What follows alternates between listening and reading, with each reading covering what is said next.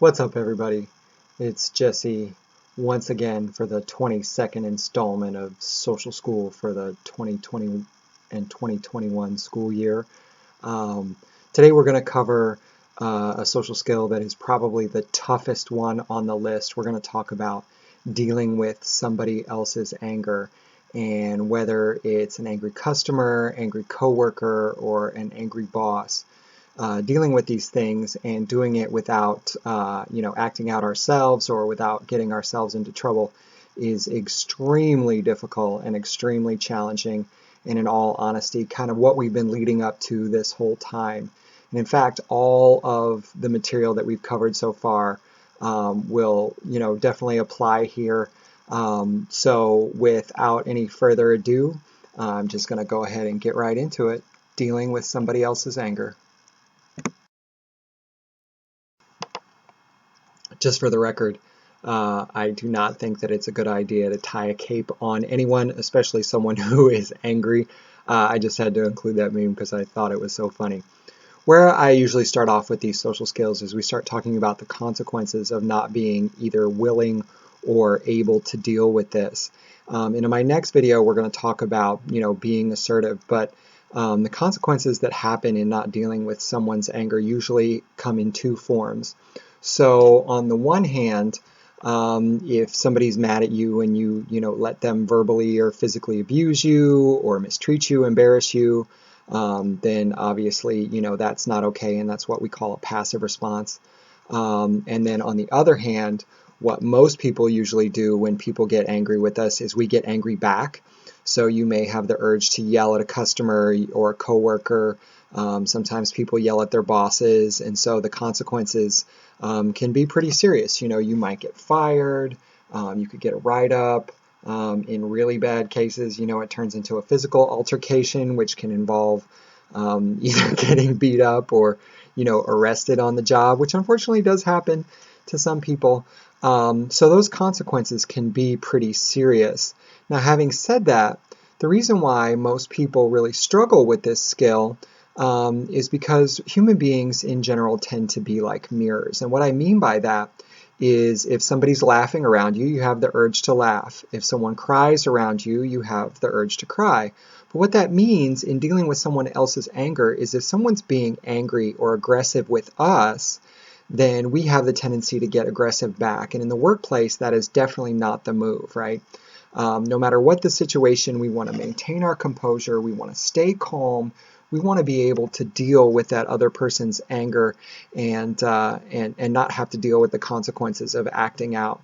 And so again, some of us have tempers of our own. Some of us, have a tendency to let people walk on us, and whether you're that passive person or that aggressive person, the consequences of not being able to deal with somebody else's anger are probably some of the most serious of any of these social skills. So as we get into this, you want to think about, what are the consequences going to be of, what I do and how I respond to, that angry person. And if we can kind of keep our composure and do this the right way, then this is a skill that if you master will serve you well, not only in the workplace, but throughout the rest of your life. So here it is. This is the overview for the social skill of dealing with somebody else's anger. And as we look at this, there's just 4 simple steps, but each one of them is very challenging in its own way. And as we get into it, we see step number 1 has to do with the skill that we've been talking about for almost, all of these social skills. Step number 1 says, listen to the person who is angry. Don't interrupt and stay calm. And this is where we think back to when we taught some of those lessons about how do we deal with stressful situations? Do you need to take a deep breath? Do you need to walk away? What are some reducers that you can help deal with your own anger and your own frustration in the face of someone else's? In step number 2, we try to understand what the person is saying and why they are angry. It is perfectly acceptable to ask questions, to get explanations for things you don't understand. Maybe what you want to do is kind of think in your own mind, if I was this person, how would I feel? If I was in their shoes, what is it that I would be feeling? And so if we can kind of have empathy for this person, it will help us a long way toward understanding, our response and how best to respond. In step number 3, we decide if we can say or do something to deal with the situation. It says think about different ways of dealing with the problem. Maybe just what they need is just someone to listen to them, to be empathic, kind of put yourself in their shoes.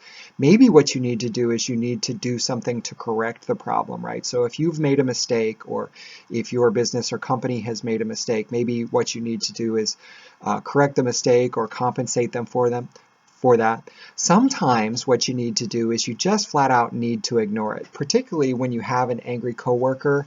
Rather than get involved in some sort of nasty conflict or something that is going to get you in trouble, the best thing for you to do is just to walk away and ignore it. Many times other people's difficult feelings do not have to be our problem, but we make it that way when we pay attention to them and they don't necessarily deserve it. And the last of these, it says be assertive. And I will tell you that this social skill is so difficult that I am actually going to devote an entire video to it as far as what it means to be assertive. But oftentimes that is, the best way that you can deal with that other person's anger. And then the last one, step number 4, says, if you can, do something to help you deal with the other person's anger. And again, I am not trying to solve every single problem that you might come up with as far as dealing with angry people at work, but what I am trying to do is to, to help you to deal with it better, to kind of keep your composure, how to deal with that situation, how to deal with that other person's anger in the right way.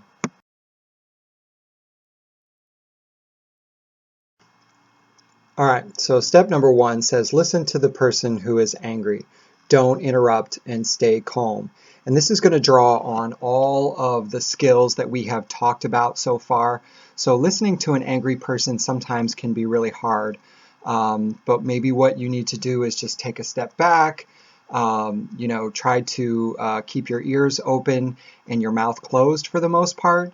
Being defensive, making excuses, interrupting, telling them to calm down is probably not going to be the move here. So really, when you're dealing with, an angry customer, angry coworker, angry boss, your best bet is just to kind of keep your mouth closed at first. And this is very, very hard to do. For the most part, we want to defend ourselves. And we want to, even to bosses and things like that, we might be tempted to talk back.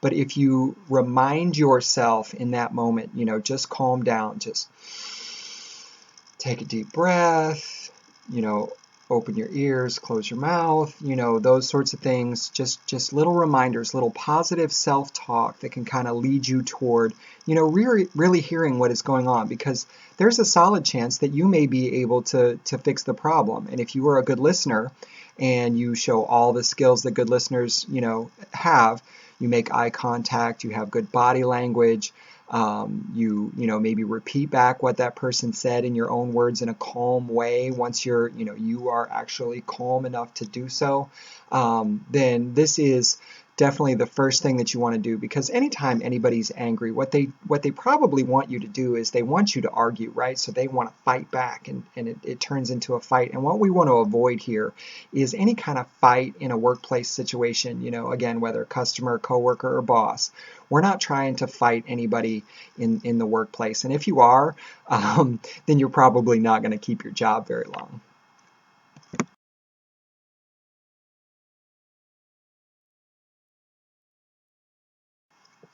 Step number 2 says try to understand what the angry person is saying and why they are angry. And the point that I want to make here is that, sometimes people have legitimate reasons for being angry. If it's a customer and you got their order wrong, or, you made a mistake, or for those of you who work fast food, maybe they're just really hangry, and, you kind of want to put yourselves in their shoes. And, just like the meme, you need to think about your own position in this, and also just remember that these people that you're dealing with, are just ordinary people just like you, and you might think that they're stupid, but you can't say that out loud, obviously. At this point, once a person has said what they need to say, please feel free to ask questions. It is okay if you wait your turn to check for understanding. So what I hear you saying is that you're frustrated because it took so long for us to get customer service, or what I hear you saying is that you're angry because I came in late and you were supposed to get off, or whatever it is. And it's not a bad idea to state back to that person their point, so that you let them know that you understand what they're saying and where they're coming from. Another thing that is really a good idea at this point is maybe what you do is you acknowledge their angry feeling, right? So you can say, I understand why you're frustrated. I understand why you're angry. And if you do this and you do it in a calm, relaxed voice, then that really connects with that person, and it kind of disarms them in a way, right? So it lets them know that you're acknowledging their feelings. They have a right to be angry in some cases, and you're mature and responsible enough to be able to deal with it, to be able to handle it and do it the right way.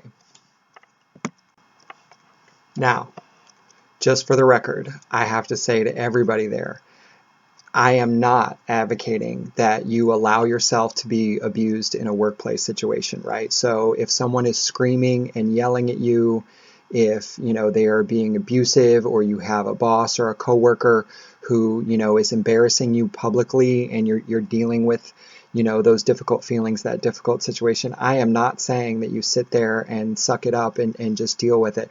And unfortunately, the assertive response, which we're going to look for, is something that I have to cover in a whole separate video. So it'll be next week before I get to talk to you guys about that.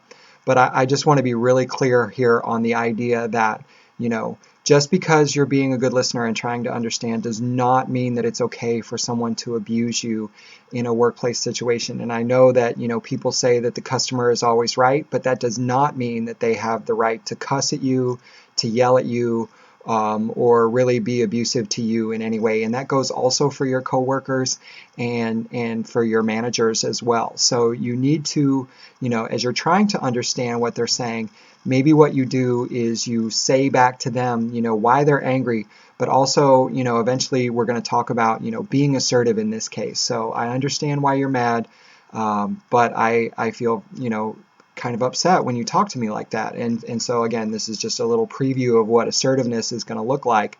But again, I just can't say enough. Do not allow yourself to be abused in a workplace situation. That is not okay. Step number 3, decide if you can say or do something to deal with the situation. Think about different ways of dealing with this problem. And it is not an accident that the video that I shot right before this is about apologizing, because many times leading off with an apology is a good way to kind of de-escalate someone's anger. I'm sorry. Here's what I plan to do to fix it. And in this case, we're thinking about, what is it that we can really actually do? Maybe if that person is an angry coworker and it's two coworkers that are angry with each other, there may be nothing that you can do. There might be situations, where you're dealing with a manager and you apologize for whatever it is that you've done wrong, and they just need, somebody to listen, or like I said, it says there, be empathic, just kind of hear the problem. Maybe though what you need to do is follow through with those steps for apologizing and do something to actually correct the problem. So I'm sorry, I'll get you another Coke or whatever it is. And like I said in the introduction, sometimes the best thing that you can possibly do in a situation like this is you can ignore someone's anger. And that's in cases where if there's nothing that you can do, or it's a situation that doesn't involve you, then the best possible thing that you can do is just kind of stay low and keep yourself safe. We are often tempted to get involved in other people's conflict, but frequently that causes more problems than it solves. And so our goal here really is, just like in the graphic, we're trying to erase or make up for the problem. and maybe there is something that you can do. So if your boss is mad at you for showing up late, then you make it a sincere apology and you try to start showing up early. Or if you make a mess and a coworker gets mad at you, then you immediately apologize and start cleaning it up. And so, again, we're trying to solve problems here. We're trying to make a difficult situation better. And if really there's no way to do that, and there's no way to deal with this, person's anger, and things get out of hand, as a last resort, maybe what we need to do is be assertive. And everything that we've done so far is kind of leading up to, what that means and what that looks like. And so, here soon, I will tell you kind of how that looks and what it sounds like. But anyway, step number 3, try to fix the problem. Whatever it is that made that person mad, what can you do to fix it?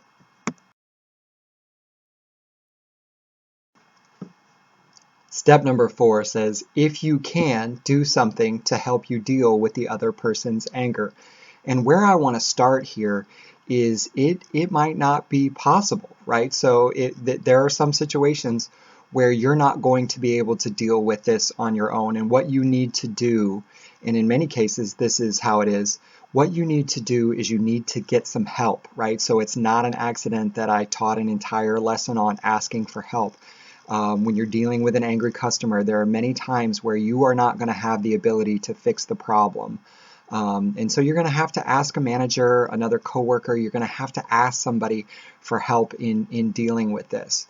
But if that's not the case and there is something that you can do, then you need to think about, what really are your options. And I love the graphic that I attached to this step because it reminds us that probably the most important thing that we can do in dealing with somebody else's anger is not get angry at ourselves or with our, not angry at ourselves. We can get angry, not get angry with that other person or not get angry at them. And so, as we look at this, we start to think about, what are some things that we can do to help ourselves calm down? So I said before, maybe we take a deep breath. Maybe we take a quick break, we walk away, we deal with this however that we can. And so I want to take you way, way back when we started talking about reducers. What are some things that you can do specifically that help you deal with your anger when you get angry at somebody else? Because it is a perfectly natural response. Again, human beings in general tend to kind of catch their feelings from other people. They're contagious, and it's extremely easy to let someone's anger kind of affect us. And so we want to make sure that we're on good footing, that we are in control of ourselves, that we have some options you've thought about in advance. How am I going to deal with it when this coworker starts talking smack? Or what am I going to do if a customer is mad at me, or maybe two coworkers are arguing with each other and it's an angry environment that you're in.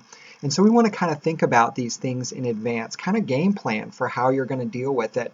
And there are so many different workplace situations where you'll have to deal with someone else's anger that it is worth your time and effort to really think about, what it is that you're going to do when this happens. And then that way, when those situations pop up, it's not catching you off guard. You've already kind of thought, okay, well, when I have an angry customer, then what I'm going to do is I'm just going to immediately ask the manager to deal with it, because that's their job, right? They get paid to do that.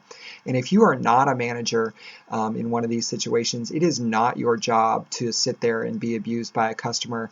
And it is, a manager's job.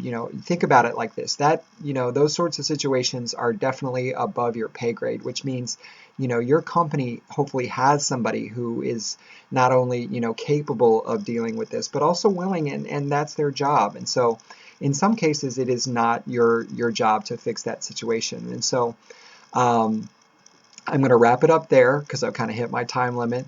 Very much looking forward to shooting the next video on being assertive, because many times the best possible response that you can have in dealing with someone else's anger is to be assertive. And between now and then, if you don't know that word or if you're not familiar with it, you might want to look it up. But I'm going to give a whole 20-minute video on being assertive next week. So at this point, I want to thank you guys so much for showing up for me. I really appreciate your time to watch this video and hopefully doing the assignment that's attached to it. That is going to do it for me for this week, and good luck dealing with other people's anger.